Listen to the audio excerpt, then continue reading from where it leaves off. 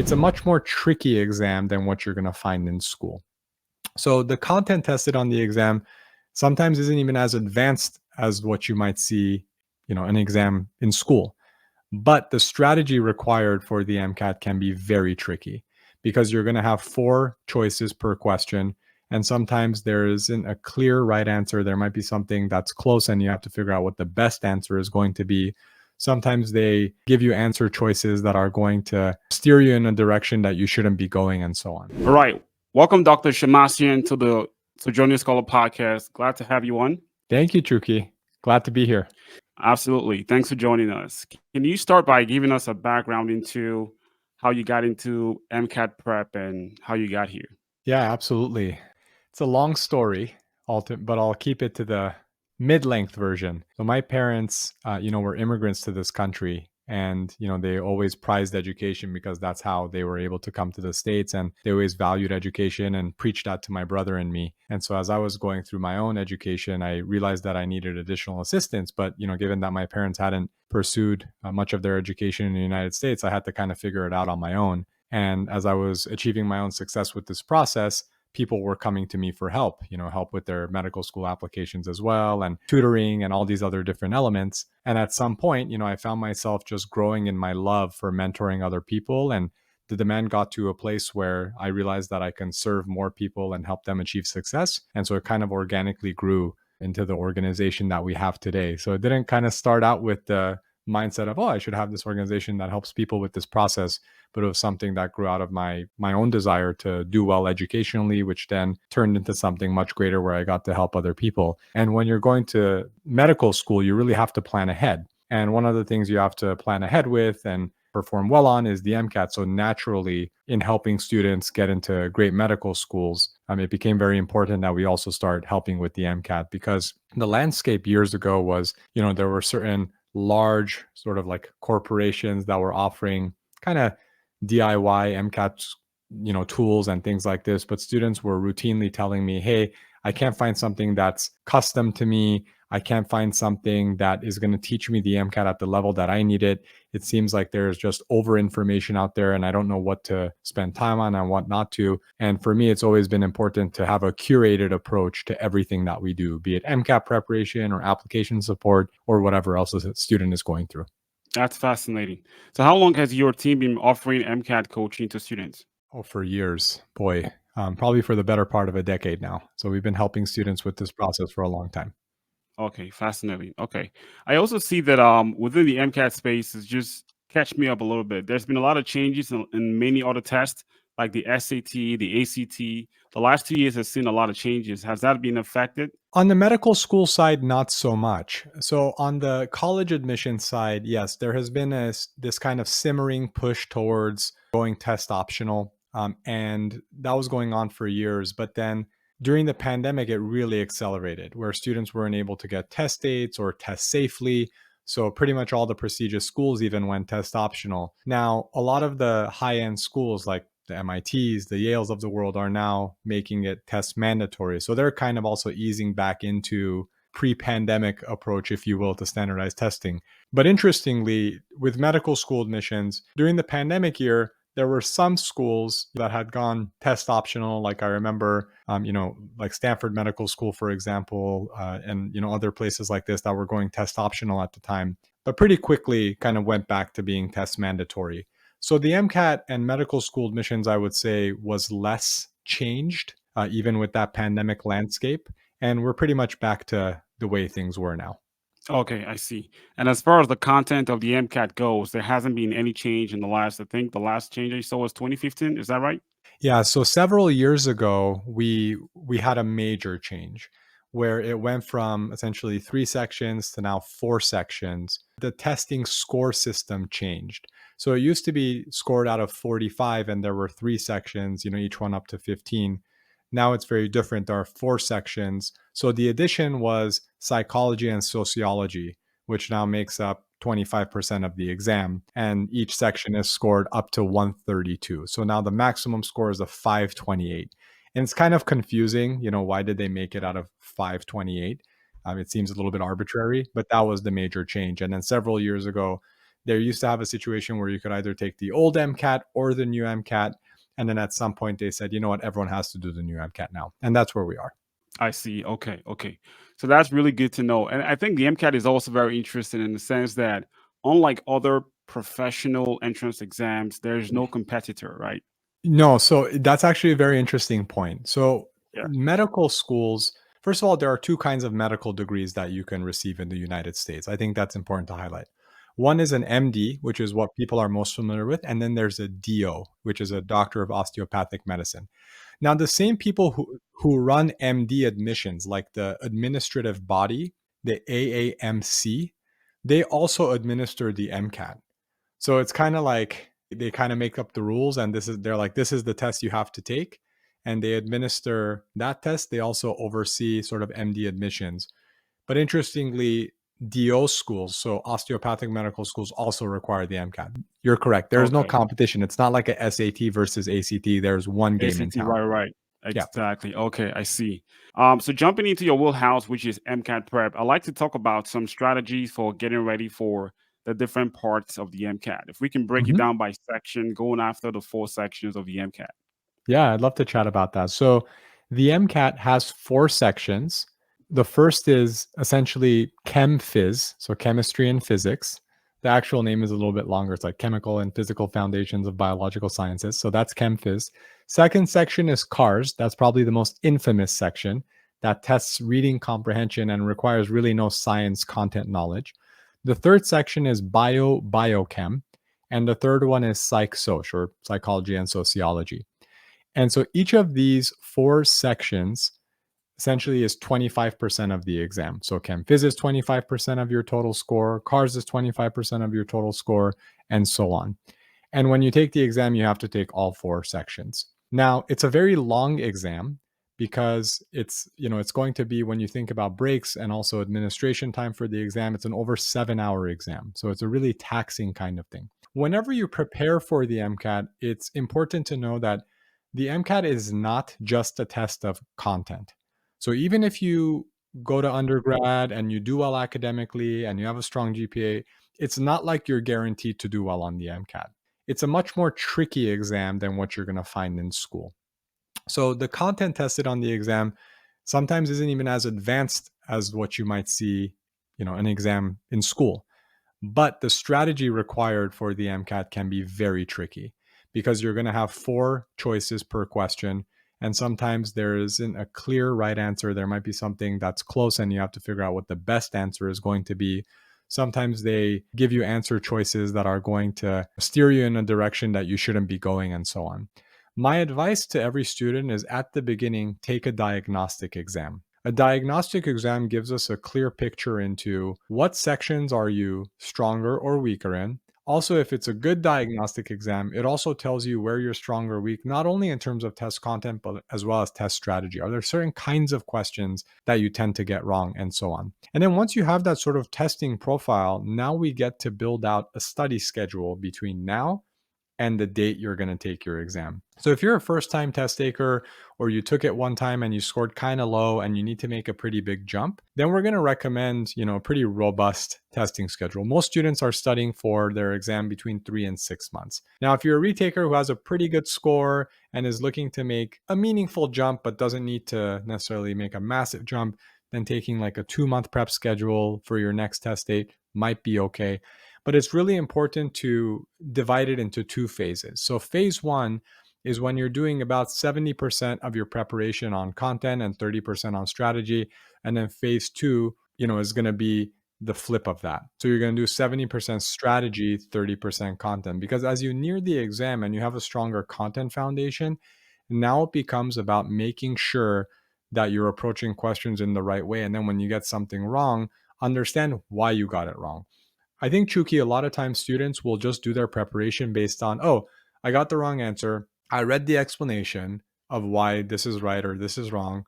I get it intellectually and I move on. But that's a big mistake. People don't really evaluate, well, why did I get it? So if it made such great sense, why did I get it wrong in the first place? And so analyze the assumptions you made along the way when you're reading the passage, when you're reading the answer choices, and figure out, well, where did I mess up? and then make sure that you note that and be mindful of the strategies that are leaving you astray, right? So you want to be mindful of those kinds of issues and make sure to intervene in the right ways. And that's how we like to prep our students as well, not just saying, "Oh, you got, this many right, this many wrong," but also understanding through live observation, well, why do you get certain questions right and why do you get certain questions wrong? What's the pattern there? And once we have the pattern and we intervene, we tend to see a pretty significant increase in scores. Wow, that's a really good point. One thing that I like that you did point this out is that back in my college days, when I thought about the MCAT, I tended to have this sense of confidence of if I had to take the MCAT, well, it's Mhm. all physics, it's biochemistry, it's biology, and it's chemistry. A bunch of courses that if you're already well rounded in any of the sciences, you can knock out easily. But I think it's Mm. important, just like you pointed out, that it's not so much about content. So Mhm. when you speak to those kind of students coming in with that level of confidence, that they should know that there's a huge part of the MCAT success that relies on strategy, like you're pointing out. To that point, I like to ask, what are some of the biggest mistakes, the most common mistakes you see amongst the students who you coach for the MCAT? Yeah, great question. And something I should note there is, like I said earlier, cars, if a student has one section that's lower than the others, it's nearly always cars, the reading comprehension section. And the reason that is the case because cars doesn't rely on any science content. So let's say I have a test strategy weakness, but I know the content really well. Usually my content knowledge will protect me from strategy weaknesses. It'll almost buffer against some of my strategy weaknesses. But with Okay. cars, because we have no content to rely on, it exposes our weaknesses in strategy. So students sometimes say, "Well, I'm struggling with cars, but everything else is fine." I'm like, "Wait, but cars gives us a very important hint as to why you're struggling, not just there, but why maybe some of your other scores aren't perfect yet." So in terms of the most common issues that I see is when I'm observing students go through cars, a very common issue that we observe is students will assume or impute some form of information from the passage. So the passage will say make a statement and then the student will either impute something or infer something that wasn't actually said in the passage. So a good example of this is, let's say I said to you, Chuki, "It's been a while since I've eaten." Your thought as a human being is to say, "Oh, he must be hungry." Or "Let's go eat something then." Right? That's kind of a natural response. But notice how I never said I was hungry. All I said was, "But it's been quite a long time since I ate last." Right? So that's an example of where sometimes students will read something in a passage where there's a statement made, and then we'll infer something from that or fill in a blank space that the passage never told us to do. And then we'll make, and then it'll say, like, what was the writer of this passage saying? And then they'll pick an answer choice that said something like, they were hungry, except I never said that. So just to draw on an example, and this can apply not only in cars, but in other sections as well, especially in passage based questions. So I always encourage students to be mindful of, well, did the passage actually say that? Or is that something you are inferring from it? Because there are some questions that are inference based, but some questions that are pretty much like, well, what did it actually say? You know, and you have to be able to, in some ways, kind of, restrain yourself from reading things that aren't there, right? And this assumes that you have content knowledge. If there's a question about test content and you just don't know the content, you're kind of in a tough spot. But a lot of times that's not the issue. I work with a lot of students who have strong GPAs and clearly they've done well in the sciences, but they have this very hard time stopping themselves from reading too much into the question. And that's something I always encourage students to pay attention to. I see. Okay. Wow, really good points there. So when it comes to preparing for the MCAT, in a typical college student's academic career in undergrad, you're never going to sit for any 7 hour long exam. That's just not happening. No, So outside of just getting ready for the MCAT from our content and strategy standpoint, how do you coach students for the actual, dealing with the mental demand of sitting for such a long exam? I love that. Yeah, I was speaking with a group of students just the other day about this because you have to take practice exams as part of your preparation and you have to take full length exams. and you have to take them under testing conditions. And students often will nod along as though, yeah, I always take it, under perfect testing conditions. I'm like, really? Do you? How are you going to feel on your actual test date? You're probably going to sleep terrible the night before. You're going to have a mediocre breakfast if you eat at all. You're going to feel anxious. You're going to be in a testing center where there are maybe fluorescent lights and not everyone next to you is quiet and there's background noise and all this kind of stuff. Except when we take practice tests at home, we're comfortable, in our chair. Maybe we're just in, extra comfortable clothes we might not be wearing out and all this kind of stuff. So I tell students all the time, take your practice exams uncomfortably because you're going to feel uncomfortable on test day. So you need to make sure that your practice mimics real world situations, right? You need to stress test yourself. So before you take a practice exam, sleep 5 hours the night before. I want you to feel that edge a little bit. Wow. Drink coffee. 5 hours, Raise your not 8 hours, but 5 hours. yeah. Drop because you're not Wow. going to sleep well. Almost Yeah. always you're going to sleep poorly the night before a standardized test. Raise your Okay. heart rate. Drink some coffee. Sit in a part of your house that you don't necessarily sit somewhere that's not as common for you to study or to take a practice exam. And make sure it's under test conditions. Keep your breaks to exactly when the breaks will be. Start your practice exams at the exact time of day you're going to take the actual exam. So keep all the variables as close to that as possible because part of stamina has to do with, taking tests for 7+ hours.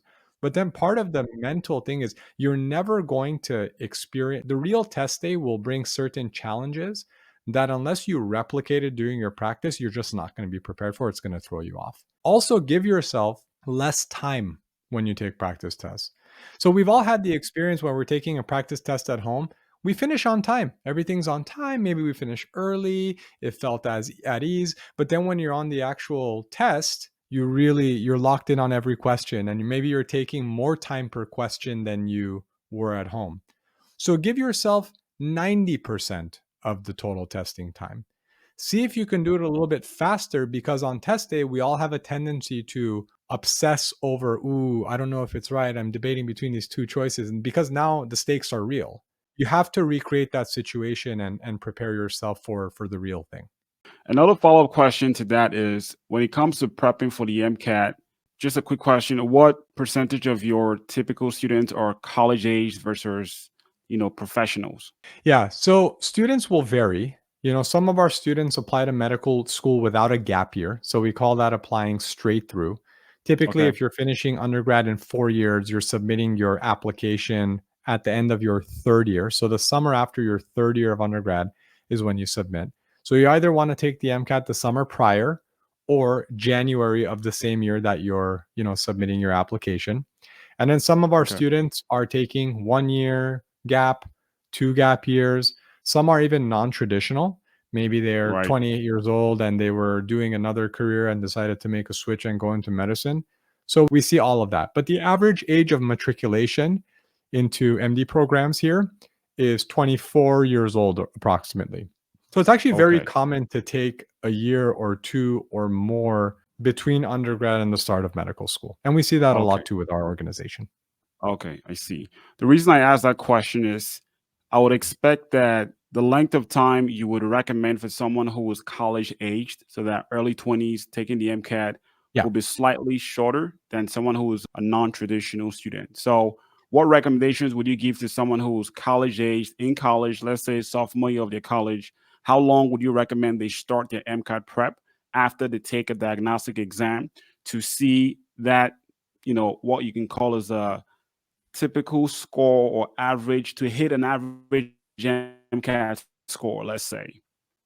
Yeah. So it's going to be a function, Juki, of when did you finish your prerequisite courses? Because if you just finished your prerequisite courses as part of college, then the content is fresh for you. And you might need to spend less time on content because it's Fresh, fresh. yeah. Whereas if you're 26 years old and it's been 5 years since you took this stuff, Mhm. you need more of a refresher period. So it really depends. But then also there is also the diagnostic. If your diagnostic shows a really low score, you need more time. If your diagnostic shows a pretty competitive score, you need less More time. time. So I think it's one of those situations where, let's say that you scored decently well on a diagnostic and you are pretty fresh in terms of learning that content, you might need 3 or 4 months only. But then if you're coming Okay. into it and you need a big refresher, now 6 to 9 months, maybe, depending, how sharp the pivot is for you.